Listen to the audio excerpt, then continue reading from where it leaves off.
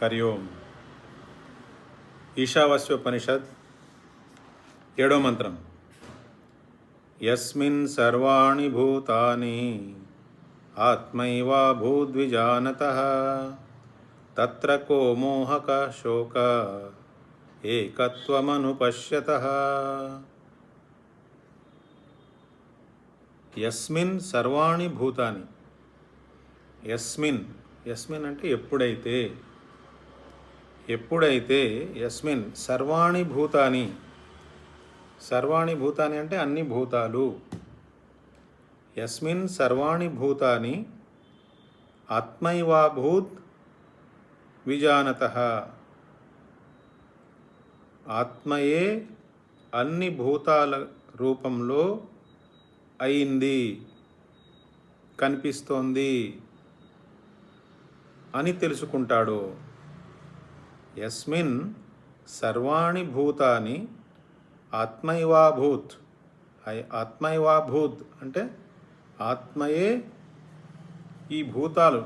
నిన్న చెప్పుకున్నాం కదా మనం, భూతాలంటే భూతాని. భూత అంటే ఏదైతే జరిగిందో, ఏదో జరగడం వల్ల మనకి దృశ్యగోచరమవుతోందో, ఏదో ఒక మార్పు జరిగింది, లేదా ఏదో ఒక సంఘటన జరిగింది, ఏదో జరగడం వల్ల మనకి, అంటే సృష్టి జరిగింది అనుకోండి, సృష్టి జరగడం వల్ల, లేకపోతే ఆ స్థితిలోనే ఏదో మార్పు రావడం వల్ల, లేదా ప్రళయం వస్తున్నప్పుడు ఏదో ఒక చలనంలో ఉంది, ఏదో కదిలింది, ఏదో మారింది, ఏదో జరిగింది అంటున్నాం కదా. భూతాని అంటే మనకి అనుభవంలోకి ఏదైనా వస్తే అవన్నీ భూతాని కింద లెక్క. ఇక్కడ ఏమంటున్నారు ఈ మంత్రంలో? యస్మిన్ అంటే ఏ కాలంలో అయితే సర్వాణి భూతాని. సర్వాణి భూతాని అంటే అన్ని భూతాలను ఆత్మైవాభూత్, ఆత్మయే అలా అయిపోయింది అని విజానతః. విజానత అంటే విశేష రూపేణ తెలుసుకోవడం. జానత అంటే తెలుసుకోవడం. విజానత అంటే విశేష రూపంలో తెలుసుకోవడం. ఆ విశేష రూపంలో తెలుసుకోవడం అంటే ఏంటో మనం తెలుసుకుందాం. యస్మిన్ సర్వాణి భూతాని ఆత్మైవా అభూత్ విజానతః. ఆత్మయే ఈ దృశ్యములా అయింది అని ఎప్పుడైతే విశేష రూపేణ తెలుసుకుంటాడో, తత్ర కో మోహ కహ శోక ఏకత్వమనుపశ్యత. అప్పుడు ఇంకా మోహం ఏముంటుంది? దేని మీద మోహం ఉంటుంది? దేనికోసం శోకిస్తాడు? ఏకత్వమనుపశ్యత. ఆ ఏకత్వాన్ని చూస్తున్న తత్వజ్ఞాని, ఆ ఏకత్వాన్ని చూస్తున్న మహానుభావుడు దేన్ని చూసి మోహంలో పడాలి, దేనికోసం శోకించాలి అంటే, ఆ దృష్టి మనకి వచ్చినప్పుడు మనకి మోహము ఉండదు, శోకము ఉండదు. యస్మిన్ సర్వాణి భూతాని ఆత్మైవాభూద్విజానతః తత్ర కో మోహక శోక ఏకత్వమనుపశ్యత. ఇంతకుముందు మంత్రంలో మనకి 6వ మంత్రంలో ఏం చెప్పారు? యస్తు సర్వాణి భూతాని ఆత్మన్యేవానుపశ్యతి సర్వభూతేషు చాత్మానం తతో న విజుగుప్సతే. యస్తు సర్వాణి భూతాని ఆత్మన్యేవానుపశ్యతి. ఎవరైతే అన్ని భూతాల్ని ఆత్మలో చూస్తారో, ఆత్మనే అన్ని భూతాల్లో చూస్తారో, అలాంటి వాళ్ళకి ఇతరుల మీద ద్వేషము కానీ, ఘృణ కానీ, అసూయం కానీ ఏమీ ఉండదు అన్నారు. అంటే అక్కడ చూడండి, యస్తు సర్వాణి భూతాని ఆత్మన్యేవానుపశ్యతి. అందరినీ ఆత్మలో చూస్తున్నాడు, ఆత్మనే అందరిలోనూ చూస్తున్నాడు. మనకి భగవద్గీతలో 6వ అధ్యాయంలోనే ఒక శ్లోకం ఉంటుంది. యో మాం పశ్యతి సర్వత్ర సర్వం చ మయి పశ్యతి. ఎవరైతే నన్నే అందరిలోనూ చూస్తున్నాడో, అందరినీ నాలో చూస్తున్నాడో, భగవంతుడు చెప్పిన మాట అది. ఎవరైతే నన్ను అందరిలోనూ చూస్తున్నాడో, అందరినీ నాలో చూస్తున్నాడో, ఇక్కడ ఏమన్నారు? యస్తు సర్వాణి భూతాని ఆత్మన్యేవానుపశ్యతి సర్వభూతేషు చాత్మానం తతో న విజుగుప్సతే. అంటే అన్నింటినీ ఆత్మలో చూడడం, ఆత్మని అన్నింట్లోనూ చూడడం, అన్నింటినీ భగవంతుల్లో చూడడం, భగవంతుణ్ణే అందరిలోనూ చూడడం. ఈ మంత్రాలన్నీ కలిపితే మనకేమర్థం వస్తుంది? భగవంతుడే ఆత్మ, ఆత్మయే భగవంతుడు. ఇక్కడ ఆత్మలో అందరినీ చూడమన్నారు, ఆత్మనే అందరిలోనూ చూడమన్నారు. కానీ ఆ దృశ్యము ఆత్మ రెండు వేరా?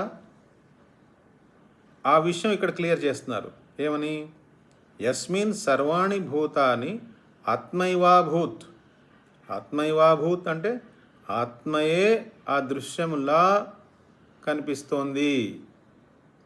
ఆత్మ కంటే వేరుగా ఆ దృశ్యం లేదు. ఆ దృశ్యం లేకపోయినా ఆత్మ ఉంటుంది. ఆత్మలో కనిపించే దృశ్యము ఆత్మ యొక్క వివర్తము. అంటే అది కేవలం సంకల్పాత్మక సృష్టి, లేదా స్వప్నవత్ సృష్టి, లేదా స్ఫురణాత్మక సృష్టి.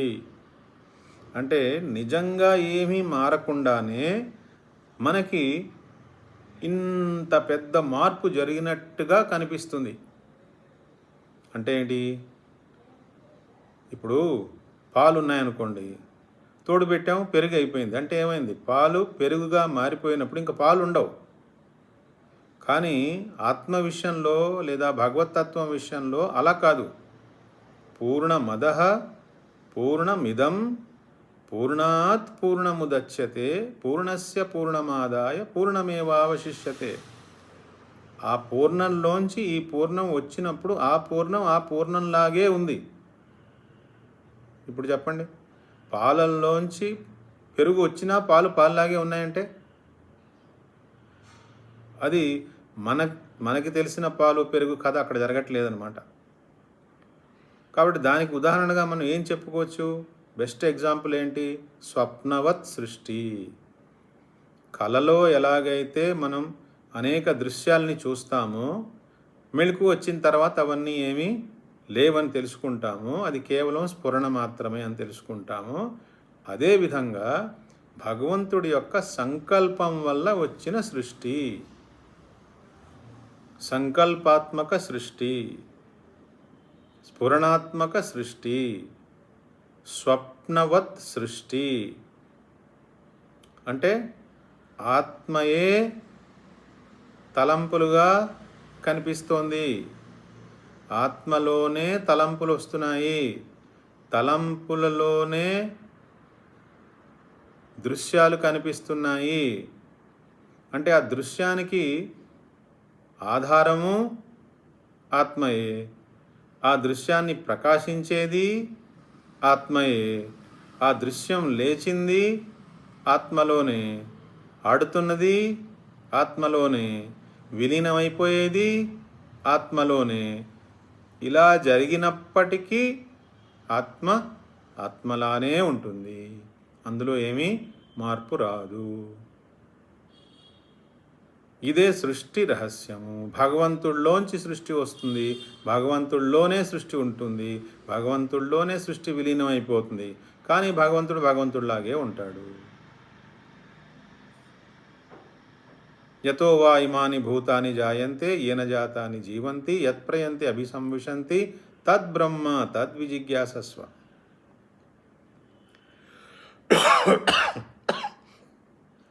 బ్రహ్మం అనుకోండి, భగవాన్ అనుకోండి, పరమాత్మ అనుకోండి, ఆత్మ అనుకోండి, ఒకే వస్తువు తను మారకుండా మారినట్లుగా ఇన్ని అనేక నామరూపాలతో మనకి కనిపిస్తోంది. అందుకని ఇక్కడ ఏమంటున్నారు, యస్మిన్ సర్వాణి భూతాని, ఏ కాలమునందైతే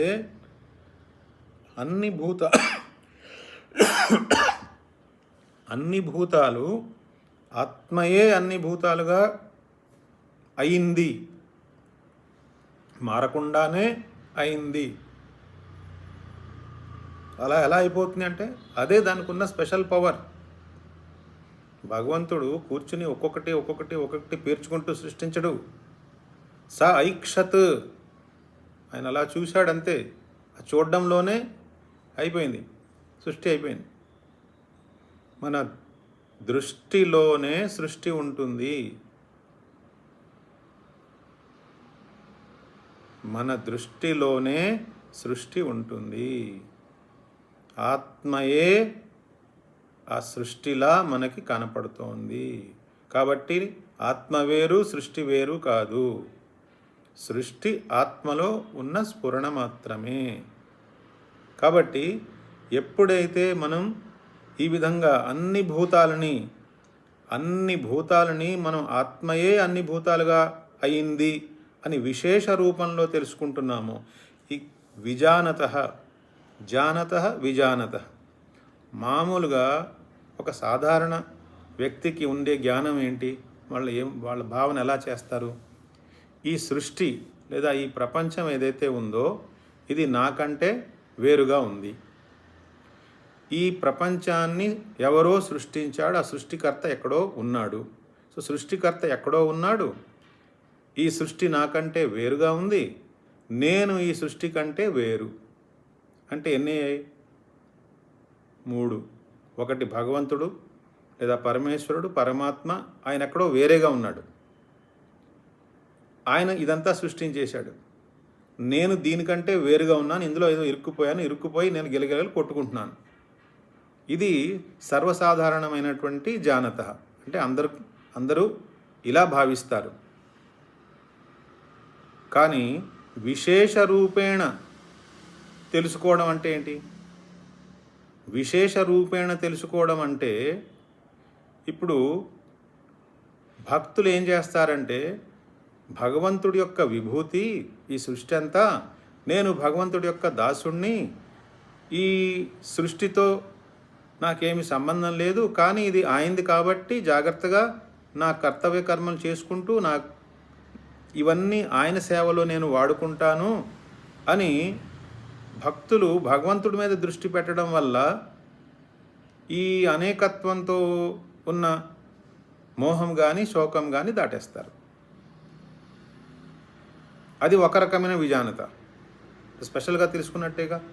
ఇప్పుడు ఈ సృష్టి మొత్తం వేరు, భగవంతుడు ఎక్కడో ఉన్నాడు, నేను మాత్రం వేరేగా ఉన్నాను, ఇలా గిలగిలో కొట్టుకుంటున్నాను, నాకేం దారి తెలియట్లేదు అనేవాడి కంటే భక్తుడు ఎంత ఉన్నతమైన స్థానానికి వచ్చాడు.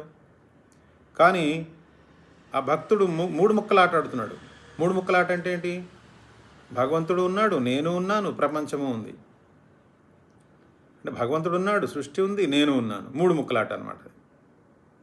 ఈ మొత్తం అంతా గేమ్ అంతా బీజేపీ. బి అంటే భగవాన్ అనుకోండి, బ్రహ్మం అనుకోండి. జే జీవుడు, పి ప్రకృతి. ఈ 3. ఇప్పుడు జ్ఞాని దృష్టి ఎలా ఉంటుంది? ఉపనిషత్తు మనకి ఏం చెప్తోంది ఇక్కడ? యస్మిన్ సర్వాణి భూతాని ఆత్మైవాభూత్ విజానత. ఆత్మయే ఇదంతా అయింది అంటే ఆత్మలోనే ఇది స్ఫురణ, ఆత్మలోనే జీవత్వం కూడా స్ఫురణ, ఆత్మలోనే సృష్టి కూడా ఒక స్ఫురణ, ఆత్మలోనే సృష్టికర్త కూడా ఒక స్ఫురణ. అంటే ఏకత్వం చూసే దృక్పథం మనకి ఉపనిషత్తు ఎలా ఇస్తోంది? ఈ సృష్టి నాలోంచి స్ఫురిస్తోంది కాబట్టి సృష్టిని నేను నాలో కలిపేసుకున్నాను. సృష్టిని నేను ఎప్పుడైతే నాలో కలిపేసుకున్నానో ఈ సృష్టికి వేరే సృష్టికర్త వేరే చోట ఉండవలసిన అవసరం లేదు కదా, ఆయన కూడా నాలో కలిపేసుకున్నాను.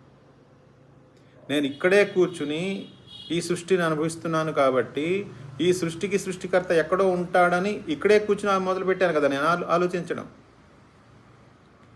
ఈ సృష్టి ఇలా ఉంది, ఈ సృష్టికర్త ఎవరో ఉన్నారు, అది కదా మన భావన. ఇప్పుడు ఉపనిషత్తు ఏం చెప్తోంది? ఎప్పుడైతే ఈ ఆత్మయే ఇలా కనిపిస్తోంది అని మనం తెలుసుకుంటామో అప్పుడు సృష్టి మనలో స్ఫురణ అయిపోవడం వల్ల సృష్టి నాకంటే వేరుగా లేదు కాబట్టి, నేను ఆ సృష్టికర్త కంటే వేరు కాదు కాబట్టి, సృష్టికర్త కూడా నాకంటే వేరుగా లేడు, నేను కూడా సృష్టికర్త కంటే వేరుగా లేను. అంటే మొత్తానికి ఎన్ని తత్వాలు అయ్యాయి? ఈ సృష్టి అంతా లయం అయిపోయింది. ఎందులో? మూల వస్తువులో. ఆ మూల వస్తువులు ఇప్పుడు ఎన్ని మిగిలాయి? ఒకటా రెండా? ఒకటే. ఎందుకని ఒకటే? ఈ సృష్టి వల్లనే సృష్టికర్త హోదా వల్ల భగవంతుడు ఎక్కడో వేరేగా ఉన్నాడు. ఈ దేహంతో నేను తాదాత్మ్యం పెట్టుకున్నాను కాబట్టి, నేను ఒక చిన్న జీవుణ్ణి కాబట్టి నేను వేరు అనుకున్నాను కదా. కాబట్టి కానీ నేను ఇప్పుడు ఏం చేశాను? నా దేహాన్ని, ఇంద్రియాలని, మనసుని, బుద్ధిని, అజ్ఞానాన్ని మొత్తం అంతా కలిపి ఈ సృష్టిలో భాగంగా పాడేశాను. అంటే ఇప్పుడు ఇక్కడ ఏం మిగిలింది? ఏం వేరు చేసుకున్నాను? ఆత్మ, శుద్ధ చైతన్యం మిగిలింది. అటు సృష్టికి మూలంలో ఏం మిగిలింది? బ్రహ్మము. బ్రహ్మంలోంచి మొత్తం అంతా వచ్చే, బ్రహ్మంలోనే అన్నీ ఉంటున్నాయి, బ్రహ్మంలోనే అన్నీ కలుస్తున్నాయి అనుకున్నాం కదా. ఇప్పుడేమన్నాం? అయమాత్మ బ్రహ్మ. ఈ ఆత్మయే బ్రహ్మము. అంటే ఈ సృష్టి మధ్యలో ఉన్న సృష్టి ఏమైంది?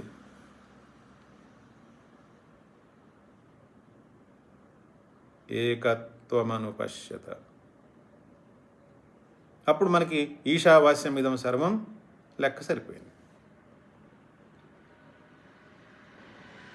సో మనం 3 ముక్కలు ఆట ఆడతామా, 2 ముక్కలు ఆట ఆడతామా, ఒక ముక్క ఆడతామా? ఏకం, అది ఏకం అని చెప్పారు కదా.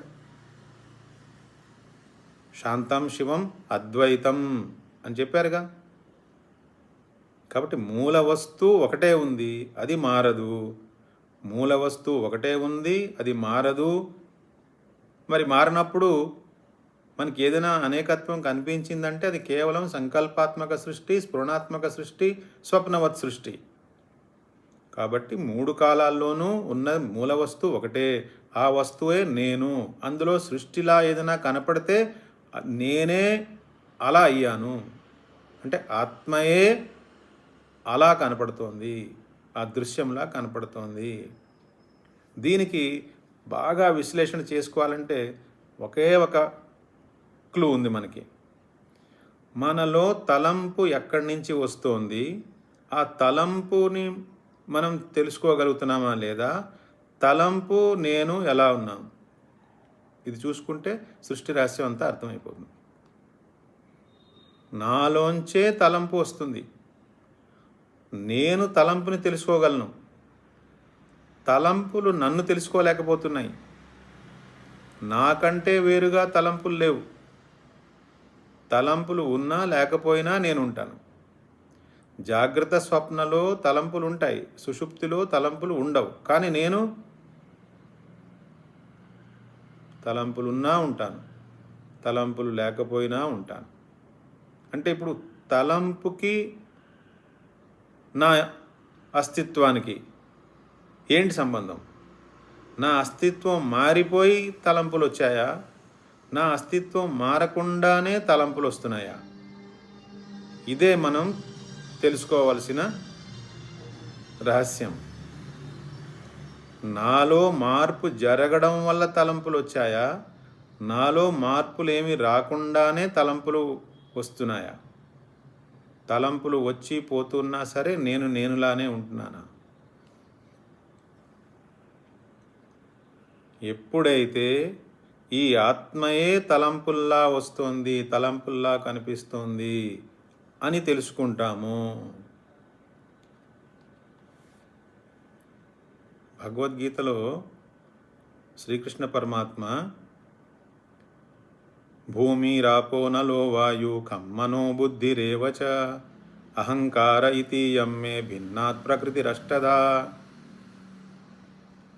భూమిరాపో నలో వాయు అంటే ఈ పంచమహాభూతాలు. భూమిరాపో నలో వాయు, ఖం ఖం అంటే ఆకాశం. ఇవి పంచమహాభూతాలు. భూమిరాపో నలో వాయు ఖం మనోబుద్ధి ఏవచ, మనసు బుద్ధి అహంకారం. ఈ 3, 5, 3, 8. 8ంటిని ఏమన్నారు? భూమిరాపో నలో వాయు ఖం మనోబుద్ధిరేవచ అహంకారమితీయమ్మే భిన్నాత్ ప్రకృతి అష్టదా. నాకంటే వేరుగా ఉన్న అష్టదా ప్రకృతి అన్నారా? మళ్ళీ ఉద్ధవుడికి చెప్పేటప్పుడు మాత్రం దుర్జయాం అహం మనః అన్నారు. అంటే గెలవడం అసాధ్యమైన దాంట్లో దేన్నైతే గెలవడం అసాధ్యమో, చాలా కష్టమో, వాటిల్లో మనస్సుని నేను అన్నారు ఆయన. మనస్సు అష్టదా ప్రకృతిలో ఒక భాగం అన్ని భగవద్గీతలో చెప్తే, గెలవడం చాలా కష్టమైన వాటిల్లో మనసుని నేనే అంటున్నారు. అంటే ఇప్పుడు భగవంతుడే నేనే మనసుని అంటున్నారు. ఇక్కడేమంటోంది ఉపనిషత్తు? ఏమంటోంది? యస్మిన్ సర్వాణి భూతాని ఆత్మైవ అభూత్. ఈ ఆత్మయే మనసు అయింది, ఆత్మయే ఇంద్రియాలు అయిపోతుంది, ఆత్మయే జడ వస్తువుల్లా కనిపిస్తోంది, ఆత్మయే సృష్టి రూపంలో కనిపిస్తోంది. ఎలా కనిపిస్తోంది? మారకుండా కనిపిస్తోంది. మారకుండా కనిపించడం అంటే ఎలా? స్వప్నవత్, స్ఫురణవత్, సంకల్పాత్మకవత్. యస్మిన్ సర్వాణి భూతాని ఆత్మైవాభూత్ విజానత. విజానత అంటే విశేష రూపేణ తెలుసుకున్నాడు. ఎప్పుడైతే ఈ ఆత్మయే ఇలా దృశ్యంలా కనిపిస్తోంది అని విశేషంగా తెలుసుకున్నాడో అప్పుడు తత్ర క మోహ. ఇంకా మోహం ఎందుకుంటుంది? శోకం ఎందుకుంటుంది? మోహం మనకి ఎప్పుడు వస్తుంది? నాకంటే వేరుగా ఏదో వస్తువు ఉంది, ఆ వస్తువు చాలా ఆకర్షణీయంగా ఉంది, ఆ వస్తువు నా దగ్గర లేదు, అది ఉంటే నాకేదో ఆనందం వస్తుంది, ప్రస్తుతం నా దగ్గర ఆనందం లేదు, అది పొందిన తర్వాత నాకు ఆనందం వస్తుంది అనుకున్నప్పుడు మనం దాని మోహంలో పడతాం. కానీ అసలు నేనే ఆ సచ్చిదానంద స్వరూపాన్ని, అసలు ఆనంద తత్వాన్నే నేను. నాకు వేరే వాళ్ళు ఏం ఆనందిస్తారు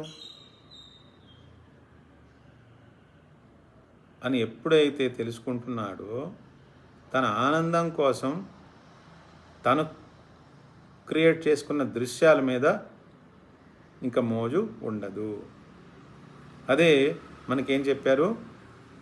తేన త్యక్తేన భుంజిత. నామరూపాత్మకంగా కనిపిస్తున్న ప్రపంచం మీద మోహాన్ని విడిచిపెట్టి నీ స్వరూపంలో సహజంగా ఉన్న ఆనందాన్ని అనుభవించు. ఈశావాస్యం ఇదం సర్వం యత్కించ జగత్యాం జగత్ తేన త్యక్తేన భుంజిత మా గృద్ధ కస్య స్విద్ధనం అని చెప్పారు మొదటి మంత్రంలో. కాబట్టి మనకి మోహం ఎప్పుడు వస్తుంది? ఈ దృశ్యం నాకంటే వేరుగా ఉంది అని భావన చేసినప్పుడు దాని మీద ఏదో ఒక వస్తువు మీదో, వ్యక్తి మీదో, పరిస్థితుల మీదో, దేనో దాని మీద మోహం వస్తుంది. కానీ యావత్ చరాచర సృష్టి నేనే అలా కనపడుతున్నాను, అది నా నీడ లాంటిది, సృష్టి నా నీడ లాంటిది అని మనం ఎప్పుడైతే తెలుసుకుంటామో, మనం ఎప్పుడైనా మన నీడ మీద మనకి మోహం ఉంటుందా? ఆ నీడని పట్టుకోవాలనో, మన నీడని మనతో ఇంటికి తీసుకెళ్ళిపోవాలనో, లేకపోతే ఇంకేమైనా దాని మీద సంబంధం కానీ, దాని మీద క్రియ కానీ ఏమైనా ఉంటుందా? ఏముండదు, అన్నీ రాలిపోతాయి. అలాగే ఈ కనిపిస్తున్న సృష్టి మీద మోహం పూర్తిగా రాలిపోతుంది. అలాగే శోకం ఎందుకని? ఏదో నాది ఉండేది ఇప్పుడు పోయింది, లేదా పోతుందని భయం. అవునా? ఈ శోకం అంటే ఏంటి? నాదేదో ఉండేది, అది పోయింది, అసలు మొత్తం అంతా నాదే, ఇందులో పోవడానికి ఏముంది? ఒక రకంగా చూస్తే మొత్తం సృష్టి అంతా నాదే, లేదా అసలు ఏమీ లేదు, సంకల్పాత్మక సృష్టి కదా, అసలు ఏమీ లేదు. కాబట్టి శోకం ఎందుకు? ఆత్మతత్వం తరగదు, కరగదు, పెరగదు, తగ్గదు. అందులోంచి ఏమీ రాదు, ఏమీ పోదు, కనిపిస్తుంది. సృష్టి అలా కనిపిస్తుంది. కాబట్టి తత్వాన్ని మనం తెలుసుకున్నప్పుడు మనలో ఉండే శోకం పూర్తిగా రాలిపోతుంది. ఏకత్వమనుపశ్యత, ఏకత్వమనుపశ్యత నిన్న మనం చెప్పుకున్నాం. అదే ఏకత్వమనుపశ్యత. మొత్తం మూడు ముక్కల ఆటల్లా కాకుండా భగవంతుడు వేరు, సృష్టి వేరు, నేను వేరు అలా కాకుండా భగవంతుణ్ణి తనలో కలిపేసుకుని సృష్టి సంకల్పాత్మక స్వప్నవత్ సృష్టి అనేసరికి ఏమైపోయింది? సృష్టి సున్నా అయిపోయింది. భగవంతుడికి మనకి మధ్యలో బ్యారియర్ ఏమీ లేదు. ఇది తత్వదృష్టి. భక్తుల దృష్టి, ఈ సృష్టి భగవంతుడి యొక్క విభూతి, నేను భగవంతుడి యొక్క దాసుణ్ణి, కాబట్టి భగవంతుడి యొక్క నామము, రూపము, గుణము, లీల గురించి ఎల్లవేళలా కీర్తించుకుంటూ నేను ఆనందంగా ఉంటాను. ఇది భక్తుడి యొక్క దృక్పథం. ఏదైనా సరే మనం ఈ సంసార సాగరాన్ని దాటడానికి సునాయాసంగా ఎలా దాటచ్చో ఈ మంత్రాలు మనకి తెలియజేస్తున్నాయి. హరి ఓం.